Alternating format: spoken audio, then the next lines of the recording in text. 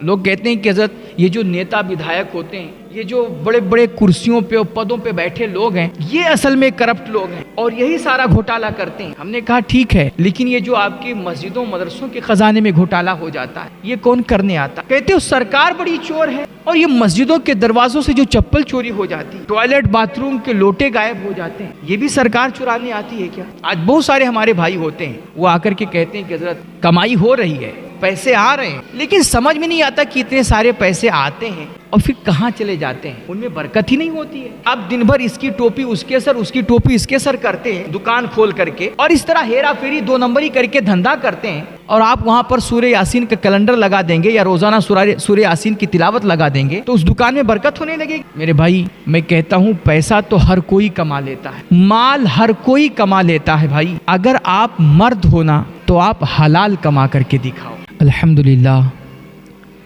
الحمدللہ رب العالمین والصلاة والسلام علی سید المرسلین وعلی آلہ واصحابہ واہل بیتہ وذریاتہ اجمعین، اما بعد فاعوذ باللہ من الشیطان الرجیم، بسم اللہ الرحمن الرحیم، یا ایہا الذین آمنوا کلوا من طیبات ما رزقناکم واشکروا للہ ان کنتم ایاہ تعبدون۔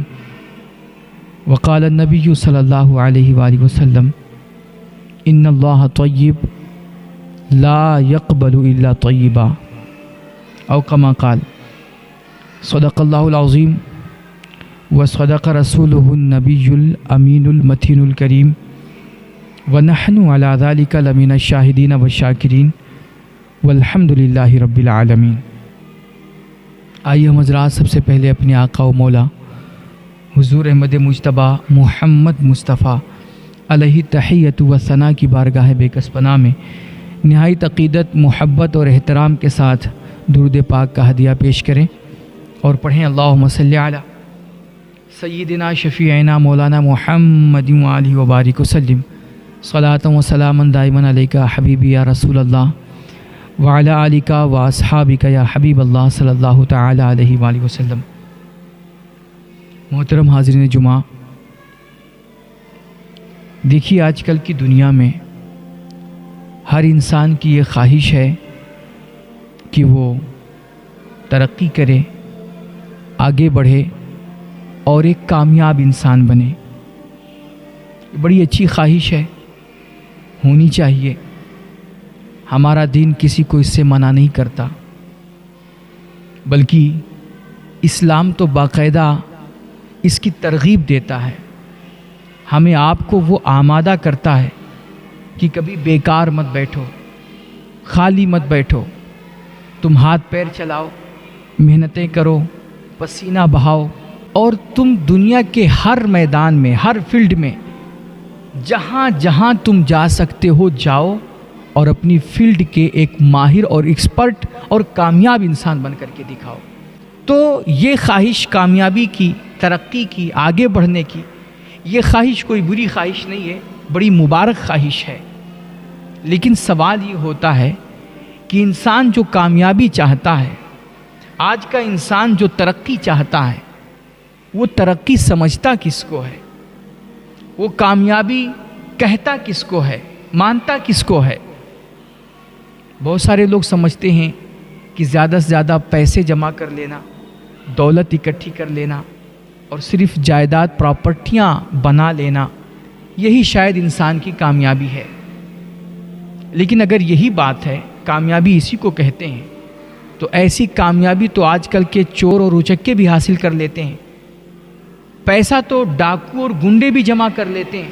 اور آج کی اس ٹیکنالوجی کے زمانے میں یہ تو پیسہ حاصل کرنا، دولت جمع کرنا تو بہت آسان ہو گیا بھائی، کسی کی بھی کنپٹی پہ بندوق رکھیے، 2-4 کھوکھا آپ کو مل جائے گا۔ اور یہاں آج تو یہ بھی کرنے کی ضرورت نہیں ہے، لوگ کال کر کے، فون کر کے، فراڈ کر کے ایک کلک میں دوسروں کا بینک خالی کر کے اپنا بینک بھر لیتے ہیں۔ تو آج کل کی اس ترقی یافتہ زمانے میں تو دولت، پیسے جمع کرنا بہت آسان ہو گیا ہے، اور پیسے تو چور، بدماش اور ڈاکو اور گنڈے بھی جمع کر لیتے ہیں۔ لیکن بتائیے کیا ان کا نام کوئی عزت سے لیتا ہے؟ ان کو کوئی کامیاب کہتا ہے تو پتہ چلا کامیابی صرف پیسہ جمع کرنا اور دولت بٹورنا نہیں ہے۔ میرے بھائی، میں کہتا ہوں پیسہ تو ہر کوئی کما لیتا ہے، 2 نمبری کر کے، چیٹنگ بازی کر کے، چوری بدماشی کر کے، خوف زدہ کر کے، ڈرا کر کے، دھمکا کر کے، کنپٹی پہ بندوق رکھ کے، دولت پیسے کوئی بھی جمع کر لیتا ہے، مال ہر کوئی کما لیتا ہے۔ بھائی اگر آپ مرد ہونا تو آپ حلال کما کر کے دکھاؤ۔ وہ انسان بڑا کمزور ہوتا ہے، بزدل ہوتا ہے، ڈرپوک ہوتا ہے، اور میں کہتا ہوں وہ بڑا نامرد ہوتا ہے نا، جو اس کی ٹوپی اس کے سر رکھ کر کے، ہیرا پھیری کر کے، چیٹنگ بازی کر کے پیسے جمع کرے۔ مرد حقیقت میں وہ ہوتا ہے جو اپنے بازو کی قوت سے پیسے کمائے، جو پسینہ بہا کر کے پیسے کمائے، جو محنتیں کر کے پیسے کمائے، اور اپنی مردانگی کے بلبوتے، ایمانداری کے ساتھ، پوری دیانتداری کے ساتھ اگر وہ دولت جمع کر رہا ہے تو یہ دولت یقیناً اس کی کامیابی ہے، اور یہ اس کی اصل میں مردانگی ہے۔ تو صرف دولت پیسے کا آ جانا، کوئی منصب اور عہدہ حاصل کر لینا، رشوت دے کر کے، گھوس خوریاں کر کے، تو یہ کامیابی نہیں ہوتی ہے۔ کامیابی اصل میں انسان کی وہ ہوتی ہے کہ جو اس کے اپنی محنت کے بلبوتے پہ حاصل ہوتی ہے، اپنی قابلیت اور ٹیلنٹ کے بلبوتے انسان حاصل کرے، اور وہ دولت، وہ پیسہ جو اندر سے اس کو سکون پہنچائے، جو اس کو اندر سے مطمئن رکھے، اندر سے اس کو مضبوط رکھے، اور وہ دولت اور پیسہ انسان کی کامیابی ہوا کرتا ہے کہ جو انسان کو بستر پہ بھی مطمئن رکھے اور اس کو سکون کی نیند عطا کرے۔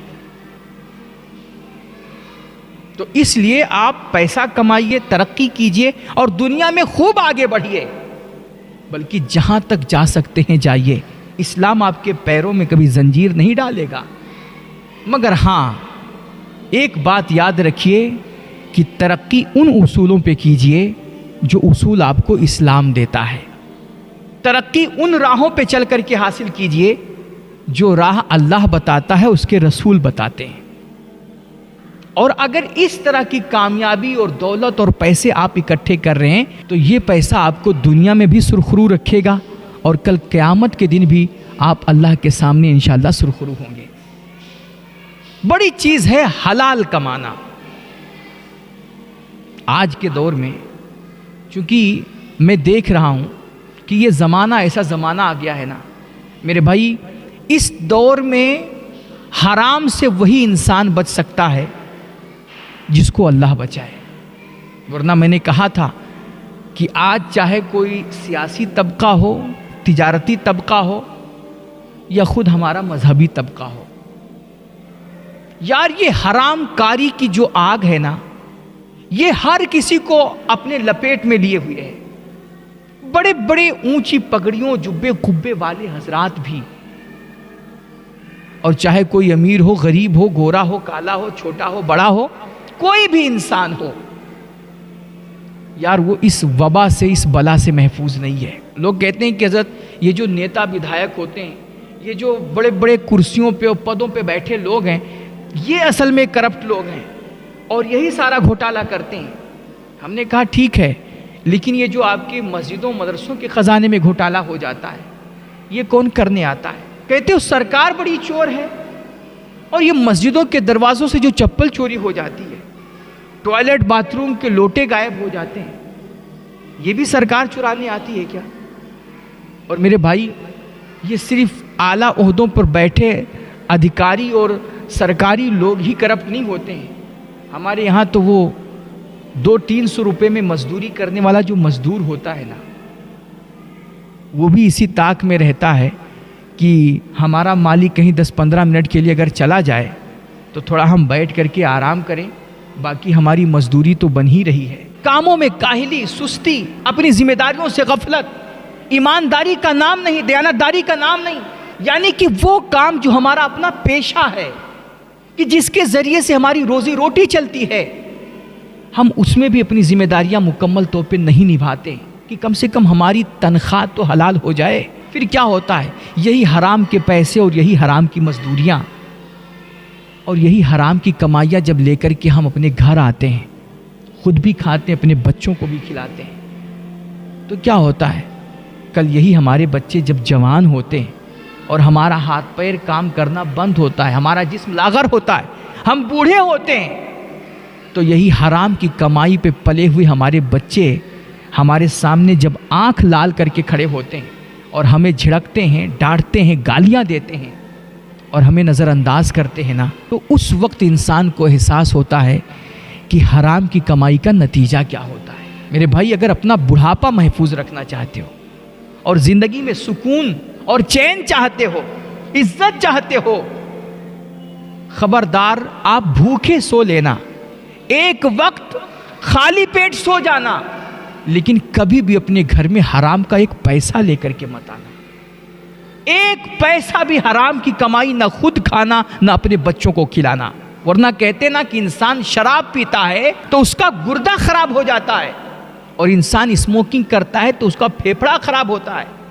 جو بندہ نشہ کرتا ہے اس کی باڈی خراب ہو جاتی ہے، جسم خراب ہو جاتا ہے اور اس کی شکل برباد ہو جاتی ہے، لیکن جب انسان حرام کھاتا ہے نا تو اس کی صرف شکل نہیں برباد ہوتی ہے بلکہ پوری نسل برباد ہو جایا کرتی ہے، کئی ایک پشتیں تباہ ہو سکتی ہیں میرے بھائی۔ اس لیے اللہ کے واسطے آپ ایک ٹائم بھوکا سو جانا، لیکن کبھی بھی حرام کا لقمہ نہ خود کھانا نہ کبھی اپنے بیوی بچوں کو کھلانا۔ اور حرام کی کمائی کی نحوست یہ ہوتی نا میرے بھائی کہ ویسے بندہ چاہے جتنا بڑا حاجی ہو، نمازی ہو، عالم اور مفتی ہو، بڑا تقوی شیار پرہیزگار ہو، دن رات تسبیح پڑھتا ہو، لیکن اگر اس کے گھر میں حرام کی کوئی آمیزش والی کمائی آ رہی ہے، ایک پیسہ بھی اگر حرام کا آ رہا ہے، تو کہا جاتا ہے اللہ اس کی ساری عبادتیں اس کے منہ پہ مار دیتا ہے۔ ایک لقمہ بھی اگر انسان کوئی حرام کھا لے تو بتایا گیا 40 دن تک اس کی کوئی بھی عبادت اللہ کی بارگاہ میں قبول نہیں ہوتی ہے۔ آج تو ہمارے یہاں سوچ یہ ہو گئی لوگوں کی کہ بھیا زندگی بھر حرام خوری کریں گے، رشوتیں لیں گے، غریبوں کا خون چوسیں گے، بھائیوں کا حق ماریں گے، اور ادھر ادھر ہیرا پھیری کر کے دولتیں اکٹھی کریں گے، پیسہ جمع کریں گے، اور جب بڑھاپا آئے گا آخری وقت میں جا کر کے کہتے ہیں حج کر لیں گے اور پھر گناہوں سے ایسے پاک ہو جائیں گے جیسے ابھی ابھی ماں کے پیٹ سے پیدا ہوئے۔ یہ انسان کی کتنی بڑی بھول ہے۔ حضرت سیدنا ابو ہریرہ رضی اللہ تعالیٰ عنہ کہتے ہیں، یہ مسلم شریف کی روایت ہے کہ حضور پاک علیہ الصلوۃ والتسلیم نے فرمایا کہ ایک بندہ دور دراز کا سفر طے کر کے وہ خانہ کعبہ پہنچتا ہے مشقتیں کاٹ کر کے، اور آپ کو بتا دوں کہ مسافر کی دعا قبول ہوتی ہے۔ اللہ کے نبی نے خود فرمایا جو بندہ حالت سفر میں ہوتا ہے، چونکہ وہ تکلیفوں سے گزر رہا ہوتا ہے، مشقتیں کاٹ رہا ہوتا ہے، تو اس وقت انسان اللہ کی بارگاہ میں صدق دل سے جو بھی دعا کرتا ہے، اللہ کے نبی فرماتے ہیں اللہ مسافر کی دعا قبول کر لیا کرتا ہے۔ اب یہ بندہ مسافر ہے، دور دراز کا سفر طے کر کے خانہ کعبہ جا رہا ہے، اور اللہ کے گھر کے سامنے کھڑے ہو کر کے یہ اپنے ہاتھوں کو آسمان کی طرف اٹھا کر کے یا ربی کہہ کر کے دعا مانگ رہا ہے، خوب گڑ گڑا کر کے، رو کر کے، تڑپ کر کے۔ اور ہمارے علماء نے یہاں بھی بیان فرمایا ہے کہ جب بندہ یا ربی کہہ کر کے اپنے رب کو پکارتا ہے اور دعا مانگتا ہے نا، تو اللہ اس بندے پر بڑا مہربان ہوتا ہے اور اس کی دعائیں قبول کر لیا کرتا ہے۔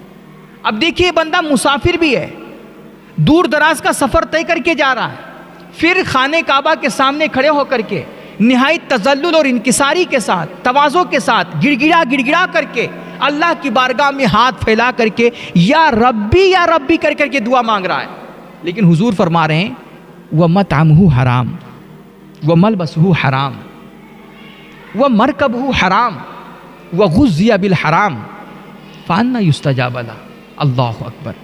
گویا میرے حضور فرما رہے ہیں کہ یہ بندہ جو مسافر ہے، سفر کی مشقتیں کاٹ کر کے اللہ کے گھر پہنچا ہے اور اللہ کے گھر کے سامنے ہاتھ پھیلا کر کے یا ربی کہہ کر کے گڑ گڑا کر کے دعا مانگ رہا ہے، حضور فرما رہے ہیں یہ چاہے ساری زندگی یا ربی کہتے کہتے مر جائے اور یہ ناک رگڑ کر کے وہیں دم توڑ دے، لیکن اللہ اس کی دعا کبھی قبول نہیں فرمائے گا، کیونکہ اس کا لقمہ پاک نہیں ہے، اس کا کپڑا حرام کا، اس کی سواری حرام کی ہے، اس کا پہننا اوڑھنا حرام کا ہے، اس کی غذائیں ناپاک ہے نا، اس لیے اللہ اس کی دعائیں اس کے منہ پہ مار دے گا، اس کی دعا کبھی اپنی بارگاہ میں قبول نہیں ہونے دے گا۔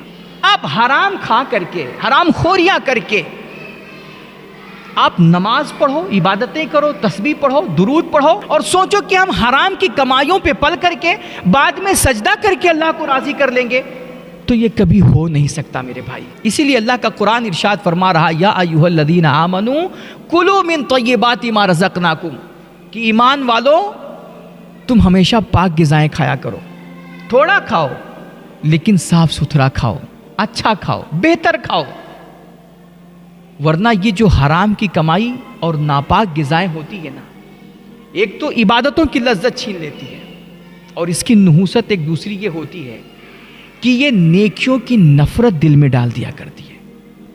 آپ کا اچھائیوں میں من نہیں لگے گا، حتیٰ کہ جو اچھائی کرنے والے لوگ ہوں گے نا، ان سے بھی آپ کو دوری دل میں پیدا ہو جائے گی، علماء سے آپ کو نفرت ہو جائے گی، ائمہ کی باتیں اچھی نہیں لگے گی، کوئی آپ کو بھلے کی بات بتائے گا تو آپ کو غصہ آئے گا، آپ مسجدوں میں آؤ گے تو آپ کو نیند آ جائے گی، آپ کا کبھی قرآن پڑھنے کا دل نہیں کرے گا۔ یعنی اللہ آپ کو ہر بھلے اچھے کام سے، نیکی کے کاموں سے محروم کر دے گا، اور پھر یہ حرام کا لقمہ آپ کے دل میں ایسی وحشت، ایسی دہشت، ایسا ڈر اور خوف اور بے چینی پیدا کرے گا نا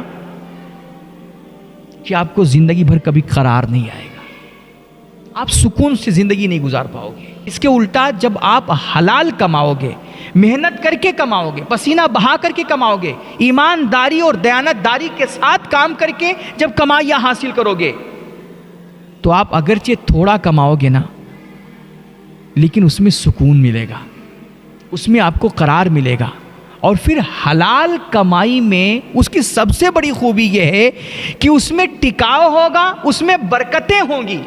آج بہت سارے ہمارے بھائی ہوتے ہیں، وہ آ کر کے کہتے ہیں کہ حضرت کمائی ہو رہی ہے، پیسے آ رہے ہیں، کاروبار بھی ٹھیک ٹھاک چل رہا ہے، لیکن سمجھ میں نہیں آتا کہ اتنے سارے پیسے آتے ہیں اور پھر کہاں چلے جاتے ہیں، ان میں برکت ہی نہیں ہوتی ہے۔ ایک صاحب ابھی مجھ سے ملے، وہ کہنے لگے کہ حضرت ہمارے 4 لڑکے سعودیہ کما رہے ہیں، اور چاروں لڑکوں پہ ہم نے لگا دیا ہے کہ ہر مہینے ہر کسی کو 5-5 ہزار روپے گھر بھیجنا ہے۔ اس طرح ہر مہینے ہمارے گھر میں 20,000 روپے آتے ہیں، لیکن حضرت وہ سارے پیسے کہاں آتے ہیں، کہاں چلے جاتے ہیں، کچھ خبر ہی نہیں ہوتی ہے۔ اور ہم دیکھ رہے ہیں کہ آپ لوگ 10-15 ہزار زیادہ پاتے ہو، اور دیکھو کتنے ٹھاڑ سے، کتنے شوق سے رہتے ہو، ساری خواہشیں پوری ہوتی ہیں، عزت کی زندگی ہے۔ تو حضرت آپ لوگوں کی کمائیوں میں، آپ کی تنخواہوں میں بڑی برکت ہوتی ہے۔ تو وہ میرے دوست تھے، اس لیے میں نے ان سے مذاق میں کہا کہ ایسا کیجئے کہ اگلے مہینے سے وہ آپ کے گھر میں جو 20,000 روپیہ آتا ہے نا، وہ آپ مجھے دے دیا کیجئے، اور میرا برکت والا یہ جو 8-10 ہزار 15 ہزار روپیہ ہے نا، یہ آپ لے لیا کیجئے۔ تو وہ صاحب ہنسنے لگے۔ کہنے کا مطلب یہ ہے کہ آج نوجوان کما رہا ہے، ہمارے بھائی کا کاروبار چل رہا ہے، کمائیاں ٹھیک ٹھاک ہو رہی ہیں، پیسے آ رہے ہیں، لیکن وہ پیسے آ کر کے جاتے کہاں یہ سمجھ میں نہیں آتا، اس میں برکت نہیں ہوتی ہے۔ اس کی وجہ یہ ہے میرے بھائی کہ ہم لوگ حرام حلال کی تمیز نہیں کرتے، ہم لوگ اپنے پیسوں کو شریعت کے اصولوں پہ پرکھنا نہیں چاہتے، بس ہماری سوچ یہ ہے کہ پیسہ ہو چاہے جیسا ہو۔ تو اس کی وجہ سے وہ پیسے اگرچہ بہت زیادہ ہوتے ہیں، لیکن ان میں برکت نہیں ہوتی ہے، ان میں استقرار اور پائیداری نہیں ہوتی ہے، وہ ایک طرف آتے ہیں اور دوسری طرف چلے جاتے ہیں۔ اگر آپ اپنی کمائیوں کو محفوظ کرنا چاہتے ہیں اور پیسے بچانا چاہتے ہیں، میرے بھائی اپنی کمائی کو پاک کر لیجئے، اور آپ جو بھی کام کر رہے ہیں، جس فیلڈ میں، جس شعبے میں، جس کاریالے میں بھی آپ رہتے ہیں، آپ وہاں پہ اپنا کام، اپنی ذمہ داری پوری ایمانداری کے ساتھ نبھانا شروع کر دیجئے۔ انشاءاللہ آپ تھوڑا کماؤ گے، لیکن اللہ اس میں زیادہ برکت عطا فرمائے گا، اور برکت آپ کو ملے گی بھی اسی وقت کہ جب آپ پہلے اپنی کمائی کو، اپنی تنخواہوں کو پاک کریں گے۔ ورنہ بہت سارے لڑکے ایسے بھی آتے ہیں، کبھی کبھار ملتے ہیں لوگ، اور وہ کہتے ہیں کہ حضرت آپ آج کل کاروبار نہیں چل رہا ہے، یا پیسے آ رہے ہیں ان میں برکت نہیں ہو رہی، کوئی برکت کا وظیفہ بتا دیجئے، کوئی نسخہ دے دیجئے۔ اب ہم لوگ تو بھائی جتنا ہمیں قرآن و حدیث میں بیان کیا گیا اس حساب سے ان کو وظیفے بتاتے ہیں، نسخے دیتے ہیں، لیکن پھر وہ کچھ دن کے بعد ملتے ہیں اور کہتے ہیں کہ حضرت نسخہ کام نہیں کر رہا ہے اور وظیفے کا کوئی فائدہ نہیں ملا، تو تعجب ہونے لگتا ہے کہ یار قرآن سے ہم نے وظیفہ بتایا ہے، حضور کا بتایا ہوا نسخہ ہم نے آپ کو دیا ہے، یہ کیسے ہو سکتا ہے کہ وہ نسخہ کام نہ کرے؟ اب ایسے لوگوں کا کبھی کبھی ایمان کمزور ہو جاتا ہے، پھر قرآن حدیث سے ان کا وشواس اٹھنے لگ جاتا ہے۔ میرے بھائی، قرآن حدیث یقیناً ان کی برکتیں ہیں اور وظیفوں کا فائدہ ہوتا ہے، لیکن وہ فائدہ حاصل کرنے کے لیے سب سے پہلے آپ کو اپنی جو اصل پونجی ہے، جو کمائی ہے، جو کاروبار ہے، جو آپ کا تجارت کرنے کا طریقہ ہے، اس پہ نظر ڈالیے اور اس میں دیکھیے کہیں وہاں پہ تو کوئی کھوٹ نہیں ہے، وہ آپ حرام طریقے سے تو نہیں کر رہے ہیں، پیسے حرام طریقے سے تو نہیں کما رہے ہیں۔ ورنہ آپ کیا سمجھتے ہیں کہ آپ دن بھر اس کی ٹوپی اس کے سر، اس کی ٹوپی اس کے سر کرتے ہیں دکان کھول کر کے، اور اس طرح ہیرا پھیری دو نمبری کر کے دھندا کرتے ہیں، اور آپ وہاں پر سورہ یاسین کا کیلنڈر لگا دیں گے یا روزانہ سورہ یاسین کی تلاوت لگا دیں گے تو اس دکان میں برکت ہونے لگے گی۔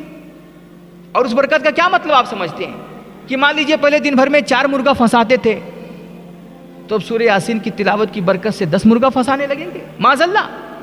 تو برکت حاصل کرنے کے لیے اور وظیفوں کا فائدہ حاصل کرنے کے لیے سب سے پہلے آپ اپنی کمائیاں پاک کیجئے، کاروبار کا انداز بدلیے، طریقہ بدلیے، اور ان اصولوں پر آپ تجارت کیجئے جو اصول اللہ رسول نے آپ کو دیے ہیں، ہماری شریعت نے آپ کو بتائے، اور اس اصول پہ چلتے ہوئے ایمانداری کے ساتھ، سچائی کے ساتھ آپ اگر 100 روپیہ بھی دن میں کماؤ گے تو اللہ رب العزت اس میں 1000 کی برکتیں ڈالے گا۔ بعض لوگ یہ بھی سمجھتے ہیں کہ برکت کا مطلب یہ ہوتا ہے کہ مان لیجیے آج ہمارے پاس 1000 روپیہ ہے تو کل وہ 2000 ہو جائے تو اب سمجھ لیجیے برکت ہو رہی ہے۔ ایسا نہیں میرے بھائی، برکت یہ نہیں کہ آپ کے پیسے ڈبل ہو جائیں، برکت یہ نہیں کہ آپ کا غلہ زیادہ ہو جائے، اناج بڑھ جائے اور آپ کی گھر کی ڈھیری بھر جائے۔ برکت یہ ہے کہ جہاں دوسروں کا کام 1000 روپے میں ہوتا ہے وہاں آپ کا کام 100 روپے میں ہو جائے، اس کو برکت کہتے ہیں۔ اور یہ میاں مولانا جو 8-10 ہزار روپے میں کہتے ہوئے گزارا کر لیتے ہیں، ان کی اس 8-10 ہزار روپے میں اللہ اسی طرح کی برکتیں ڈالتا ہے کہ کسی کا سرکاری نوکری کر کے 1 لاکھ روپیہ آ رہا ہے مہینے کا، 1.5 لاکھ روپیہ کما رہا ہے، لیکن 1.5 لاکھ میں بھی خرچہ پورا نہیں ہو پاتا ہے، اور یہ بیچارے کا 15,000 میں 10,000 میں خرچہ پورا ہو جا رہا ہے۔ تو ایک کے پاس مال کی کثرت ہے اور دوسرے کے پاس مال میں برکت ہے۔ کثرت اور برکت میں یہی فرق ہے۔ آپ کو میں ایک مثال دوں، جیسے دیکھیے کہ ایک بندہ دن بھر میں مان لیجیے 1.5 لاکھ روپیہ روزانہ کا کماتا ہے، لیکن کیا کرتا ہے، 1.5 لاکھ کماتا ہے اور شام کو اس کا 1.5 لاکھ پورا ڈاکٹر کے پاس چلا جاتا ہے، بچتا کچھ نہیں ہے۔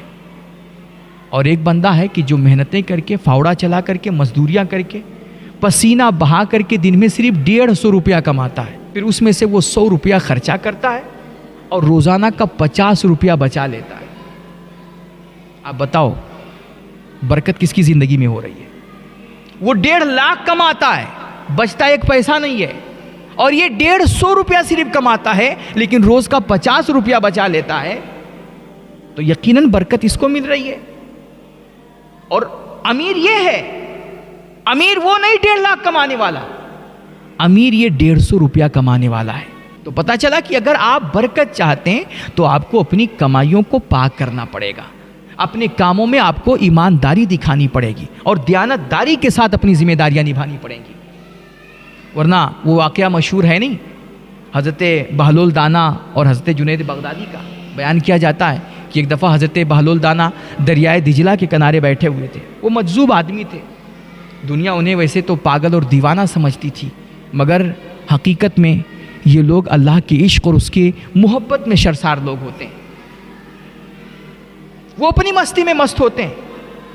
ایک دفعہ وہ دریائے دجلہ کے کنارے بیٹھے ہوئے تھے، اچانک وہاں سے حضرت جنید بغدادی اپنے چند مریدوں اور شاگردوں کے ساتھ گزر رہے تھے۔ آپ کا گزر ہوا، آپ نے دیکھا کہ حضرت بہلول دانا بیٹھے ہوئے ہیں، تو آپ نے اپنے مریدوں سے کہا کہ چلو چل کر کے بہلول دانا سے ملاقات کرتے ہیں۔ تو ان کے مریدوں نے، ان کے شاگردوں نے کہا حضرت کیا فائدہ ان سے ملنے کا، یہ کسی کو بھاؤ نہیں دیتے، کسی کو منہ نہیں لگاتے، الٹا ان کے پاس جو جاتا ہے اس کو ذلیل کرتے ہیں، تو ان سے ملاقات مت کیجیے۔ لیکن کہتے ہیں نا کہ لوگ ان کو پاگل اور دیوانہ سمجھتے تھے، لیکن صحیح یہ ہے کہ ولی را ولی میں شناشت، ایک ہیرے کو جوہری ہی اصل میں پہچان پاتا ہے. وہ اللہ والے تھے، اس لیے ایک اللہ والا ہی ان کو پہچانتا تھا، اصل میں ان کی حقیقت کو جانتا تھا. اس لیے انہوں نے کہا کہ نہیں، ہمیں ان سے ملنا ہے، ان سے ملاقات کریں گے. حضرت جنید بغدادی اپنے مریدوں کے ساتھ، شاگردوں کے ساتھ حضرت بہلول دانا کے پاس گئے، دعا سلام کیا. حال خیریت کے بعد حضرت بہلول دانا نے پوچھا کون ہو؟ انہوں نے کہا کہ حضور لوگ مجھے جنید بغدادی کہتے ہیں. کہا کیا کرتے ہو؟ کہا حضرت پڑھنا پڑھانا میرا کام ہے. کہا اچھا عالم ہو تو تمہیں کھانے کا طریقہ تو پتہ ہوگا. تو حضرت جنید بغدادی نے وہ سارے آداب بتائے کھانے کے جو کتابوں میں لکھے ہوئے ہیں کہ بھئی کھانا کھانے سے پہلے ہاتھ دھویا جائے، کلی کی جائے، اور کھانا داہنے ہاتھ سے شروع کیا جائے، بسم اللہ پڑھ کر کے کھایا جائے، چھوٹا چھوٹا لقمہ کھایا جائے، اپنے سامنے والے حصے سے کھایا جائے، آگے کے حصے سے. اب یہ سارے آداب بتا ہی رہے تھے کہ حضرت بہلول دانا کو غصہ آیا. انہوں نے اپنا رومال جھاڑا، کندھے پہ رکھے اور جانے لگے. کہا اتنے بڑے عالم بنے پھرتے ہو، تمہیں کھانے کا طریقہ نہیں پتا؟ بڑا تعجب ہوا لوگوں کو.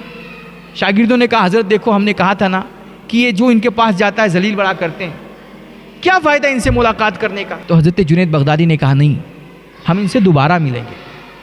حضرت بہلول دانا وہاں سے اٹھے، تھوڑی دور جا کر کے دوسری جگہ بیٹھ گئے. حضرت جنید دوبارہ اٹھے اور جا کر کے ان کے پاس پہنچے، جا کر کے دعا سلام کیا. حال خیریت کے بعد پھر انہوں نے پوچھا کہ کون ہو؟ انہوں نے عرض کیا کہ حضور وہی جنید بغدادی ہوں جس کو کھانے کا طریقہ پتہ نہیں. اللہ اکبر. یہ عاجزی ہوتی ہے، یہ بڑوں کا بڑکپن ہوتا ہے، یہ ان کی انکساری ہوتی ہے. حقیقت میں نا وہ کہتے ہیں نا کہ یہ الگ بات ہے کہ خاموش کھڑے رہتے ہیں، پھر بھی جو لوگ بڑے ہیں وہ بڑے رہتے ہیں. اور ایسے بزرگوں سے ملتا ہے ہمارا شجرہ کہ جن کے قدموں میں کئی تاج پڑے رہتے ہیں. کہا حضور وہی جنید بغدادی ہوں جس کو کھانے کا طریقہ نہیں پتا.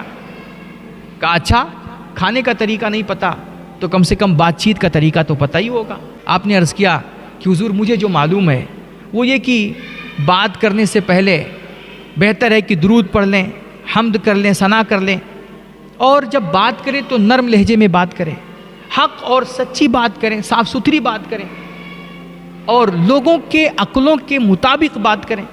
یہ اپنا گفتگو کے آداب انہوں نے بتانے شروع کیے. ابھی یہ بول ہی رہے تھے کہ حضرت بہلول دانا کو پھر غصہ آیا. انہوں نے اپنا انگوچھا اٹھایا اور جھٹک کر کے کندھے پہ رکھ کر کے وہ پھر دوسری جگہ جانے لگے. کہا اتنے بڑے عالم ہو، تمہیں بات چیت کا بھی طریقہ پتہ نہیں. اب وہ جا کر کے تھوڑی دور اور آگے بیٹھ گئے. اب حضرت جنید بغدادی کے شاگرد ان کا منہ دیکھ رہے ہیں. آپ نے فرمایا نہیں، ہم ان سے پھر ملیں گے، چلو تیسری بار ملاقات کرتے ہیں. اب یہ تیسری بار حضرت بہلول دانا کے پاس گئے، دعا سلام کیا. حال خیریت کے بعد پھر انہوں نے پوچھا کون ہو؟ انہوں نے کہا حضور وہی جنید بغدادی ہوں جس کو نہ کھانے کا طریقہ پتہ ہے اور نہ بات چیت کا طریقہ پتہ ہے. کہا اچھا تو پھر سونے کا طریقہ تو پتہ ہی ہوگا. انہوں نے عرض کیا حضور میں نے جو پڑھا ہے وہ یہ کہ سونے سے پہلے وضو کر لیا جائے، داہنی کروٹ پہ سویا جائے، سونے سے پہلے کچھ ذکر و اذکار کر لیے جائیں، دعا پڑھ لی جائے. ابھی یہ بیان ہی کر رہے تھے نا سونے کے آداب کہ پھر حضرت بہلول دانا کو غصہ آیا. انہوں نے انگوچھا جھٹکا. کہا یار اتنے بڑے عالم ہو، تمہیں سونے کا بھی طریقہ پتہ نہیں. اور پھر انگوچھا اٹھا کر کے وہ جانے لگے. لیکن اب حضرت جنید بغدادی نے ان کے قدم تھام لیے. کہا حضور اگر جنید بغدادی کو سونے کا طریقہ نہیں پتا، کھانے کا طریقہ نہیں پتا، بات چیت کا طریقہ نہیں پتا، تو اب آپ پر ضروری ہے کہ آپ مجھے وہ طریقے بتائیں. میں آپ کے پاس سیکھنے کے لیے آیا ہوں، آپ مجھے سکھائیے. میرے بھائی ایک ہوتا ہے کتابی علم اور ایک ہوتا ہے روحانی علم. ایک ہوتا ہے علم اور ایک ہوتا ہے نور علم. کتابوں کا علم تو ہر کسی کو مل جاتا ہے، کوئی بھی پڑھ کر کے دیکھ سکتا ہے، معلوم کر سکتا ہے. لیکن حقیقت میں جو نور علم ہوتا ہے نا، یہ اللہ بہت خاصوں کو عطا کرتا ہے. انہوں نے کہا حضور مجھے نہیں پتا، تو آپ بتائیے نا کھانے کا طریقہ کیا ہے. تو حضرت بہلول دانا نے کمال کی بات کہی. کہا آپ نے یہ جو کھانے کے سارے طریقے بتائے نا کہ ہاتھ دھو لو، بسم اللہ پڑھ لو، چھوٹا چھوٹا لقمہ کھاؤ، سامنے والے حصے سے کھاؤ، وغیرہ وغیرہ، یہ ساری چیزیں ٹھیک ہیں، یہ سارے آداب برحق ہیں، لیکن یہ سب ثانوی درجہ رکھتے ہیں. بیٹا کھانے کا سب سے پہلا ادب، سب سے بہتر طریقہ یہ ہے کہ جب آپ کوئی بھی کھانا، کوئی بھی چیز کھانے چلیں تو وہ چیز اپنے حلق سے اتارنے سے پہلے ایک دفعہ دیکھ لیں کہ وہ چیز پاک ہے یا ناپاک ہے، وہ چیز آپ کے لیے حلال ہے یا حرام ہے۔ اب اگر وہ چیز آپ کے لیے پاک نہیں ہے، آپ کے لیے حلال نہیں ہے، تو آپ چاہے جتنی بار بسم اللہ پڑھیں، چاہے جتنا ذکر و اذکار کریں اور کھانے پینے کے سارے آداب کا خیال رکھیں اور سنتوں کا لحاظ کریں، لیکن اس کا کوئی فائدہ نہیں ہوگا۔ وہ چیز آپ کے لیے ہمیشہ مضر ہی ثابت ہوگی، وہ آپ کو بھی برباد کرے گی اور آپ کی 7 نسلوں کو بھی برباد کر دے گی۔ اس لیے کوئی بھی چیز کھائیں، کوئی بھی لقمہ اپنے حلق سے اتاریں تو سب سے پہلے یہ چیک کریں کہ یہ لقمہ ہمارے لیے حلال ہے یا حرام ہے۔ یا ایھا الذین آمنوا کلوا من طیبات ما رزقناکم، اگر ایمان والے ہو، تمہارے دل میں ایمان کا نور ہے اور محمد عربی کا کلمہ پڑھتے ہو، تو اللہ کہہ رہا ہے کوئی بھی چیز کھانے سے پہلے چیک کرو، پرکھو، دیکھو کہ وہ چیز تمہارے لیے پاک ہے یا ناپاک ہے۔ اللہ کے نبی فرماتے ہیں ان اللہ طیب لا يقبل الا طیبا، او کما قال، فرماتے ہیں میرا اللہ پاک ہے، میرا دین پاک ہے، میرا رسول پاک ہے، رسول کے بتائے ہوئے اصول پاک ہیں، شریعت پاک ہے، اس لیے وہ پاکی کے علاوہ اور کوئی چیز قبول نہیں کرتی، نہ شریعت قبول کرتی نہ اللہ رسول قبول کرتے۔ اس لیے خود کو پاک رکھو اور نسلوں کو پاک رکھنا چاہتے ہو تو پاک غذائیں کھایا کرو، حلال کمائیاں حاصل کرو، محنت کرو، پسینہ بہاؤ، فاوڑا چلاؤ، ریڑھی لگاؤ، ہاتھ گاڑیاں کھینچو میرے بھائی، اور تھوڑا کماؤ لیکن حلال کماؤ، اور مرد ہو اور تھوڑا کماؤ لیکن جائز طریقے سے کماؤ۔ مال تو دنیا کماتی ہے، مرد ہیں اگر آپ تو حلال کما کر کے دکھاؤ۔